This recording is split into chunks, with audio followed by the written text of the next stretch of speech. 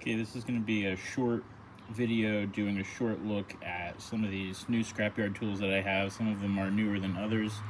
Um, the tool with the gray regulator handle there, that's sort of second from the bottom, is a Regulator 12 prototype that came out recently that I just got. Haven't had much of an opportunity to use it, but pretty cool.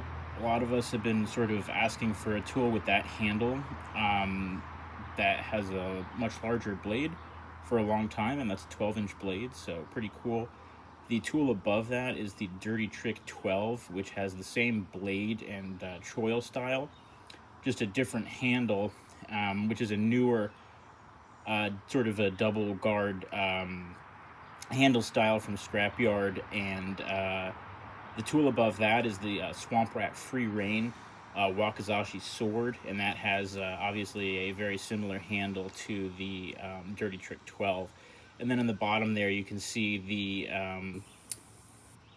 the original combat grade Dogfather, and that is not a small knife, but it is made to look small by these other scrapyard offerings. That Dogfather, by the way, is it's an original release military overrun that's sterile. So that's like the very first scrapyard knife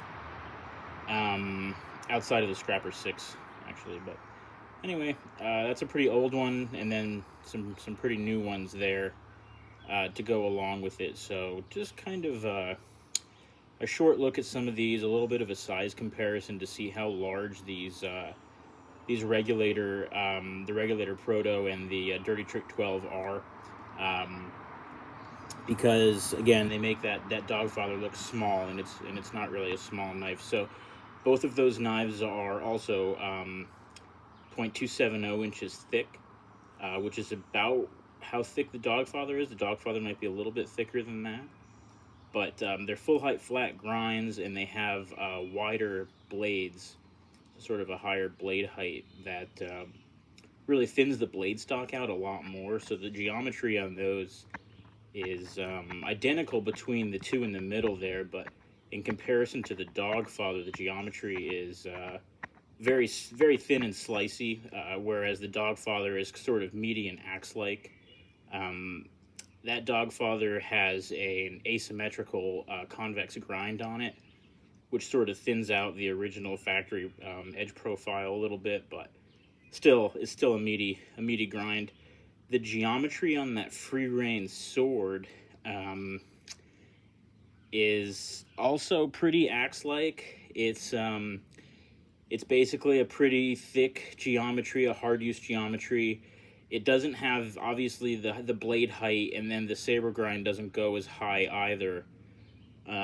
So it's a little bit thinner. So that's a 0.22 blade stock, basically 7/32 or somewhere in that ballpark. So it's a little bit under a quarter inch, where all the others are a little bit over a quarter inch.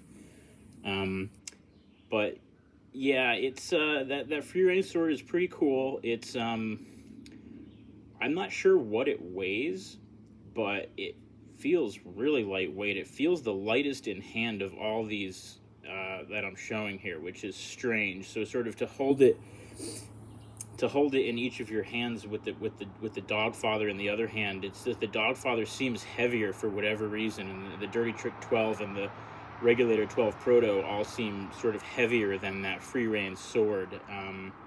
I guess it's just to do with the fuller and the way it's balanced, maybe more than anything. I don't know, again, what the actual weight of the tool is, but so I think this is just really just meant to be sort of a short look and a size comparison at these, just to kind of show them, because I haven't shown them on the channel previously. And I might roll in a little bit of feathering footage of the Free Rein sword, just because the videos that Swamp Rat put out of it are sort of hard use videos showing a bend test and a bolt cutting test, and then just like a bit of like a chopping and a wood splitting test that they did. But I'll show it feathering wood, which it's pretty capable of doing to my standard. And so we'll show some sort of the finer task capabilities of it, despite its size, and that'll be it for this one, guys. So okay, so Swamp Rat Free Rein sword, sort of like a one-handed wakizashi. A little bit of a shot at the tip there. I don't know how well you can see this. It is a rounded spine, kind of a pretty beefy tip. This is the I didn't mention it in the before. This is SR3V, so this is basically 3V from Swamp Rat. The first time the Busse King group has offered this, so we'll see sort of what's going on with its feathering capability. So this thing has a pretty axe-like grind on it, but it is definitely still capable of doing some of this sort of finer work. So as always, you're doing feathering like this, you can choose, and this top guard is sort of like right in your hand when you're doing this, but I actually don't find it to be uncomfortable.